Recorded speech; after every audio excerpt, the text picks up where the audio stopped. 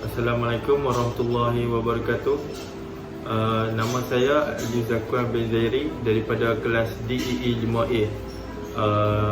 Nombor metrik 16 DEE 18F2010. Dan tak lupa juga nama penyelia saya Puan Mazni binti Omar. Jadi tugasan pada saya hari ini untuk menerangkan final project.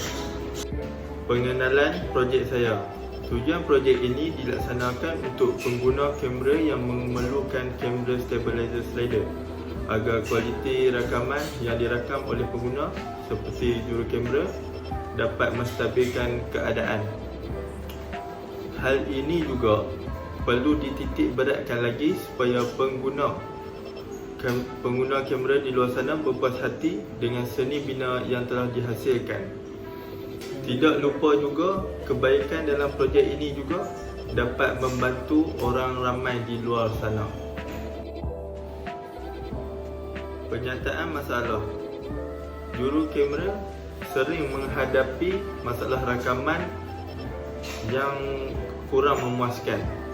Kemudian apabila merakam sebuah video, ianya akan ada hasil getaran pada bahagian tangan. Memegang kamera menggunakan tangan menyebabkan lenguh dan proses rakaman tidak dapat dirakam dengan baik dan sempurna. Objektif projek. Terdapat beberapa tujuan utama yang projek ini tekankan selepas ianya siap dibina. Antaranya ialah memudahkan pengguna merakam, pergerakan secara automatik, harga mampu milik, menjimatkan masa dan tenaga. Ada 4 tujuan utama yang projek ini tekankan selepas ianya siap dibina. Seterusnya, skop projek. Skop projek ini telah ditetapkan selaras dengan objektif yang boleh tercapai. Antaranya ialah yang pertama, penggunaan hardware dan software. Yang kedua, terhadap penggunaan alat tersebut satu atau dua orang. Yang ketiga, pengaturcaraan Arduino IDE untuk melakukan pengekodan. Yang keempat, perisai tanpa wayar untuk melaksanakan perintah kamera itu bergerak dengan lancar. Kajian projek seperti gambar rajah yang ada di dalam slide ini. Dalam keadaan sensor akan bertindak dan servo motor akan menggerakkan tali belt yang ada pada motor untuk menggerakkan tapak motor tersebut, iaitu stepper motor. Dalam keadaan ini, projek ini juga boleh diletakkan pada kaki 3 tripod untuk mengimbangkan lagi dan mudah dibawa ke mana-mana sahaja, seperti gambar rajah yang ada di dalam slide ini. Litar PCB yang telah dihasilkan di dalam slide ini iaitu papan litar PCB yang dibina menggunakan perisian Pro Tools 8.7. Yang kedua, papan litar PCB dalam bentuk 3D. Perkakasan objek. Litar skematik ini digunakan untuk membuat lakaran sebelum etching board. Ianya menggunakan perisian komputer untuk membuat rekaan litar skematik projek dalam menggunakan software Pro Tools 8.7. Perisian komputer dapat menjimatkan masa penghasilan PCB dan menghasilkan keluaran yang lebih berkualiti berbanding kaedah manual. Pelajar perlu mendapat perisian tersebut dan mempelajari aplikasinya kerana setiap perisian berbeza kaedah penggunaan dan ciri-cirinya. Kemudian, analisis dan dapatan. Saya telah melakukan pelbagai jenis analisis terhadap kajian saya mengenai sistem yang lebih bagus. Kedua, komponen yang saya pilih iaitu ESP32 sebagai microcontroller. Kemudian, ianya terdapat juga sesetengah atur cara yang gagal dalam proses. Dan akhir sekali terdapat pelbagai penggunaan komponen dalam memproses projek saya seperti ESP32, PCB layout, blink dan lain-lain. Penggunaan yang penting di dalam projek saya ialah ESP32. ESP32 merupakan microcontroller yang mudah dihidupkan dan diprogramkan. Jadi perubahan untuk dikemas kini dan perbezaan untuk blink di dalam aplikasi di dalam telefon menyebabkan sesetengah atur cara, dan penggunaan pemboleh ubah mengalami ralat, iaitu ada sistem bug dan selainnya. Malah ianya boleh menyebabkan kegagalan sistem jika ia tidak diatur cara dengan baik dan betul. PCB layout. Dengan adanya PCB layout ini, ianya dapat membantu stepper motor untuk disambungkan melalui ESP32. Okey, hal ini dapat melengkapkan penggunaan projek dengan adanya PCB layout ini, manakala projek yang saya hasilkan ini dapat mengakseskan keperluan sistem dengan adanya PCB ini. Perbincangan dalam final projek saya kali ini, berdasarkan kajian saya mengenai projek ini, saya yakin bahawa penggunaan stepper motor ke dalam projek saya dapat menguntungkan oleh kerana pelbagai kemudahan yang boleh diterokai. Projek ini juga menyebabkan saya berani untuk menerokai diri dalam mendalami pelbagai atur cara ini. Walaupun saya akui mempelajari dan memahami atur cara ini bukan senang. Walaupun bukan senang, di samping itu projek saya ini perlu juga menggunakan tapak untuk stepper motor dapat hasilkan pergerakan. Dengan adanya tapak tersebut, ianya dapat membantu stepper motor berfungsi dalam keadaan baik.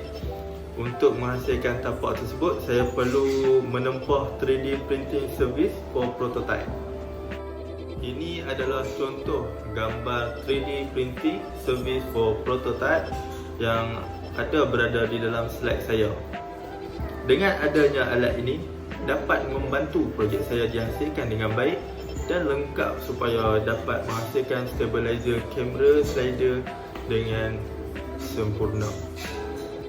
Slide yang dinanti-nantikan adalah video projek akhir saya, iaitu kamera stabilizer. Saksikan.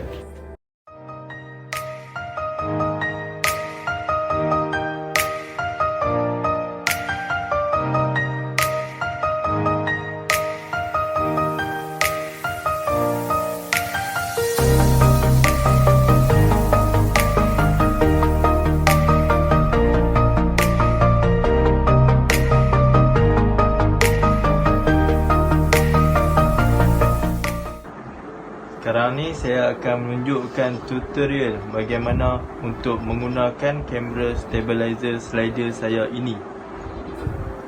Mula-mula sekali perlu onkan supply. Kemudian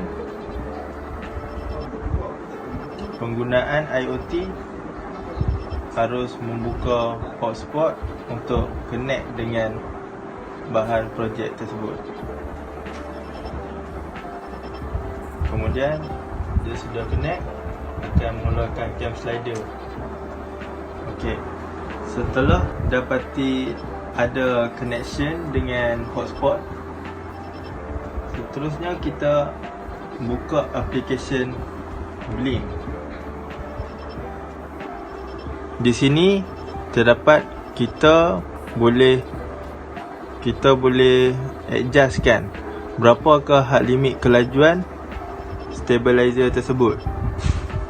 Di dalam aplikasi Blink ini terdapat dua position di stepper motor kedua-duanya.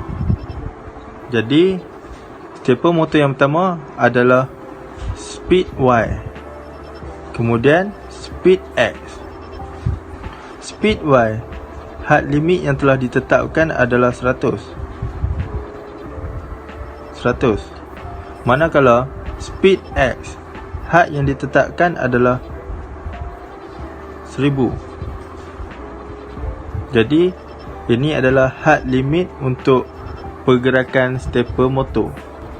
Setelah kita menetapkan had limit kelajuan di bahagian stepper motor, iaitu kedua-duanya sekali pada bahagian projek saya, iaitu camera stabilizer slider, kita akan membuat simulation pada bahagian button dan LCD. Mula-mula sekali, begin setup, kita harus tekan sekali set X in. Set X in pada kedudukan awal-awal di bahagian stepper motor. Kemudian kita tekan seterusnya, iaitu set Y. Set Y in untuk pada bahagian pusingan pada bahagian kamera. Begini saya akan membuat pusingan sebanyak 3 kali. 3. Seterusnya, untuk set X out, kita harus menggerakkan stepper motor untuk ke hadapan sikit, untuk di mana titik keluarnya, titik permulaan dan titik perakhirannya, di manakah dia berhenti. Kemudian kita harus menggerakkan sehingga pada penghujung kamera stabilizer, ataupun kita boleh tetapkan di mana-mana sahaja yang kita untuk membuat video. Okay. Kemudian set out telah siap untuk saya tetapkan pada bahagian sini. Kemudian pula set Y out. Set Y out untuk pusingan berapa kali kah? Untuk dia pusing preview untuk bergerak stepper motor. Saya akan pusingkan sebanyak 3 kali. Untuk 1, 2, 3. Kemudian kita akan tekankan button untuk preview. Kemudian setelah previewnya stepper motor pada bahagian kamera slider, kita boleh tekankan start untuk manual. Kemudian tekan start.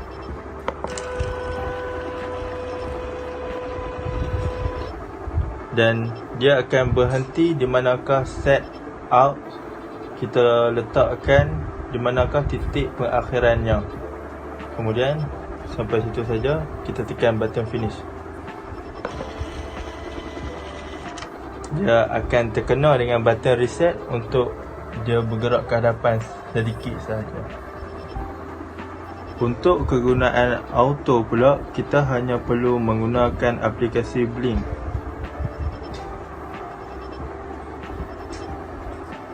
Kita hanya perlu menekankan button start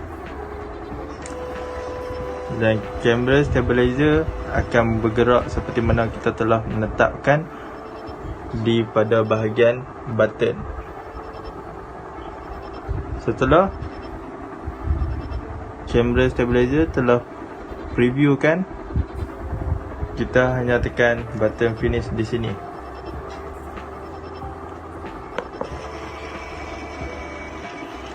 Sama juga seperti manual punya cara, ianya akan berlaga dengan button reset untuk dia resetkan balik di manakah dia tetap ke hadapan sikit, dia akan berhenti pada bahagian depan sikit pada button reset ini. Kesimpulan dan harapan, di sepanjang saya mencari atur cara untuk ESP32 dan PCB layout, sumber yang saya dapati amatlah sedikit dan kebanyakannya sudah tidak lagi relevan kerana pelbagai ralat yang telah saya alami selama mencari atur cara untuk memprogramkan projek saya. Kebanyakan atur caranya hanya mengeluarkan output yang kosong dan peluang untuk saya menerokai kemudahan ESP32 amatlah terhad dengan menggunakan IoT, iaitu aplikasi Blink. Sumber bantuan orang sekeliling juga tidak ramai yang tahu kerana pengetahuan berkenaan atur cara ESP32 dan PCB layout menggunakan Arduino IDE ini tidak ramai yang boleh membantu saya. Kesimpulan dalam projek ini, saya perlu lebih bersedia dalam memegang sesuatu tanggungjawab dan lebih teliti. Keperluan dan dalam mengetahui dan menimpa ilmu dalam pelbagai atur cara adalah keistimewaan yang amat diingini. Yang ketiga, projek saya ini amatlah mempengaruhi dalam menganalisa sebuah projek dengan baik. Yang keempat, kemudahan teknologi telah memberi peluang kepada manusia untuk terus maju dan cemerlang dalam bidang teknologi. Akhir sekali, dengan mewujudkan projek saya kali ini dapat membuka mata orang ramai bahawa kemudahan teknologi ini amat berguna untuk masa hadapan. Akhir sekali, rujukan yang saya telah merujuk di dalam internet, di dalam buku, mencari sumber-sumber pengetahuan mengenai projek saya, iaitu kamera stabilizer slider seperti di dalam slide tersebut. Akhir sekali, saya akhiri dengan saya punya final proposal slide. Saya berharap dengan saya telah bertungkus lumus untuk membuat final projek ini, saya harap saya dapat keputusan yang agak baik daripada panel dan penyelia. Sekian, sampai sini saja. Assalamualaikum warahmatullahi wabarakatuh.